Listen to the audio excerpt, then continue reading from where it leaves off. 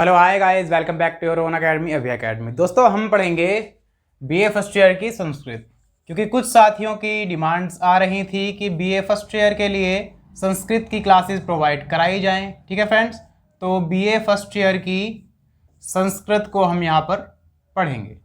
तो सबसे पहले तो किसी भी सब्जेक्ट को पढ़ने के लिए यदि हम किसी भी एग्ज़ाम के लिए या किसी भी चीज़ के लिए तैयारी कर रहे हैं और उस सब्जेक्ट को पढ़ रहे हैं, जैसे कि संस्कृत पढ़ने की हम बात कर रहे हैं, तो सबसे पहले हमें उसका स्ट्रक्चर पता होना चाहिए कि एग्जाम में किस प्रकार से इसमें से क्वेश्चन आते हैं, कितने नंबर के कौन कौन से क्वेश्चंस आते हैं और एग्जाम का जो पैटर्न होता है वो क्या होता है। तो सबसे पहले हम संस्कृत में बीए फर्स्ट ईयर के लिए, बीए की हम बात कर रहे हैं, ग्रेजुएशन की बात कर रहे हैं, और CCSU से जो भी रिलेटेड स्टूडेंट्स हैं, चौधरी चरण सिंह यूनिवर्सिटी से रिलेटेड जो भी स्टूडेंट्स हैं, उन्हीं सभी के लिए ये स्पेशल वीडियो है। इसके अलावा और भी जो स्टूडेंट्स ऐसे हैं जो संस्कृत पढ़ना चाहते हैं ग्रेजुएशन की, वो भी देख सकते हैं इसको। ठीक है फ्रेंड्स, ये सभी के लिए है। तो सबसे पहले तो हम बात कर लेते हैं कि एग्जाम का पैटर्न कैसा होता है बीए के लिए संस्कृत का। तो सबसे पहले बात करें, ये फर्स्ट पेपर की हम बात करते हैं। यहाँ पर संस्कृत के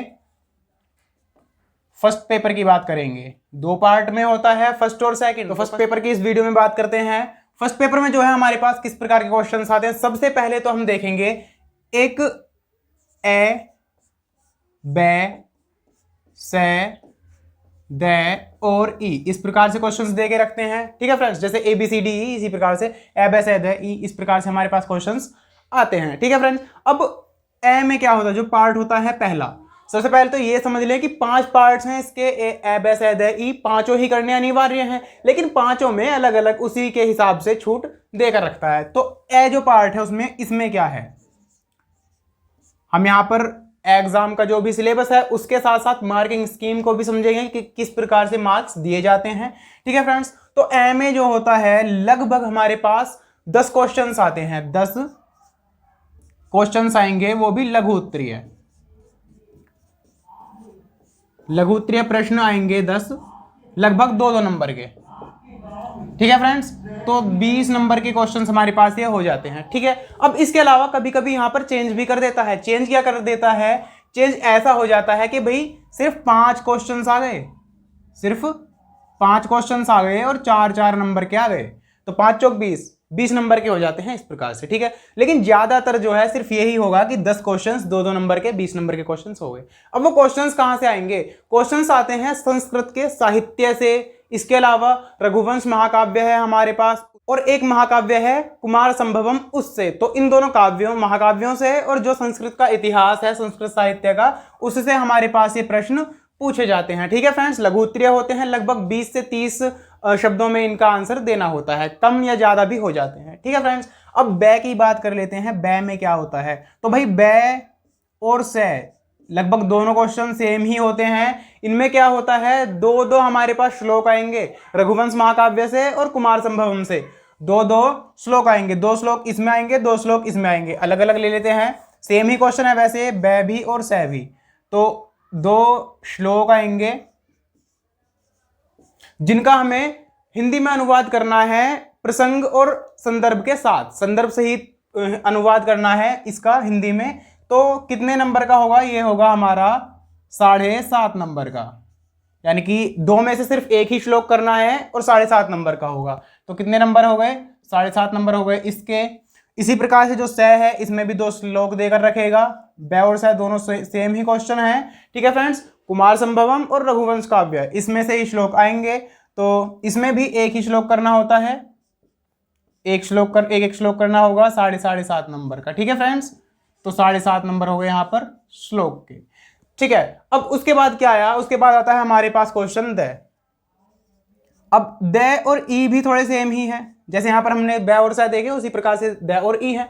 इनमें क्या होता है, इनमें हमारे पास लॉन्ग क्वेश्चन आएगा, लॉन्ग क्वेश्चन आएंगे 2, कोई भी उनमें से एक करना होगा। 2 दीर्घ प्रश्न आएंगे, दीर्घ प्रश्न, दीर्घ उत्तरीय प्रश्न होंगे। ठीक है फ्रेंड्स, इसमें भी और इसमें भी।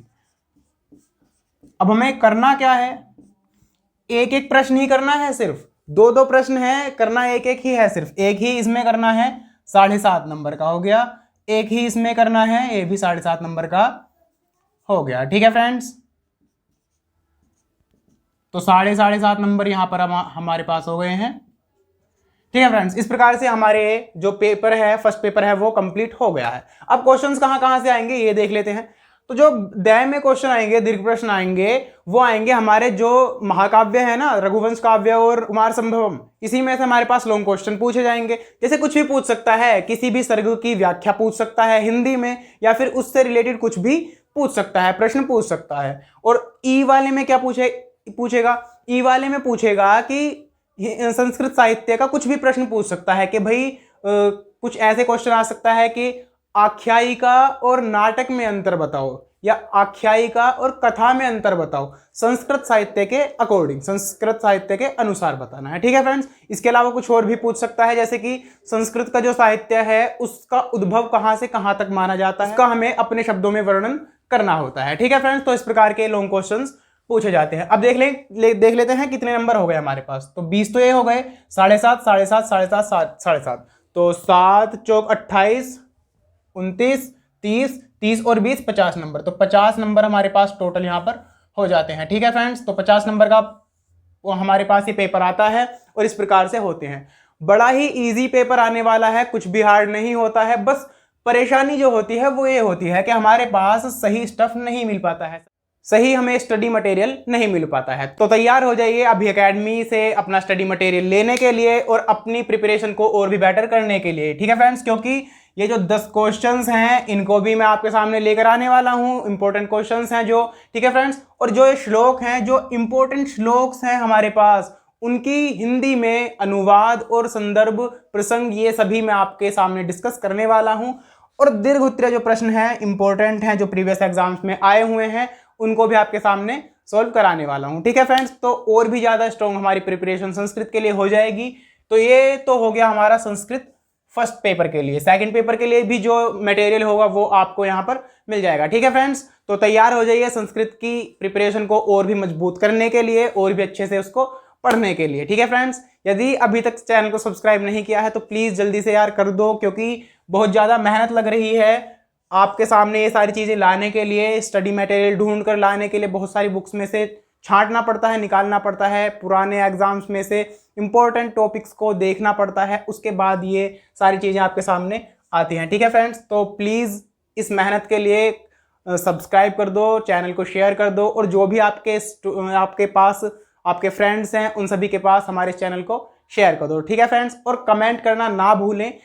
इसके अलावा, संस्कृत के अलावा जो कुछ और भी सब्जेक्ट किसी को चाहिए, प्लीज मैं सभी से रिक्वेस्ट करता हूं कि जो भी सब्जेक्ट आपको चाहिए उसका आप कमेंट कर सकते हैं, उसकी भी वीडियो आपको यहाँ पर मिल जाएगी, एक अच्छा स्टडी मटेरियल मिल जाएगा, नोट्स मिल जाएंगे। ठीक है फ्रेंड्स, और उसको भी हम अपने इस चैनल पर डिस्कस करने वाले हैं। तो प्लीज कमेंट्स में बता दीजिए कि क्या क्या सब्जेक्ट आपको इस चैनल पर चाहिए। ठीक है फ्रेंड्स, मिलते हैं अपनी नेक्स्ट वीडियो में, तब तक के लिए wish you happy exams and bye bye.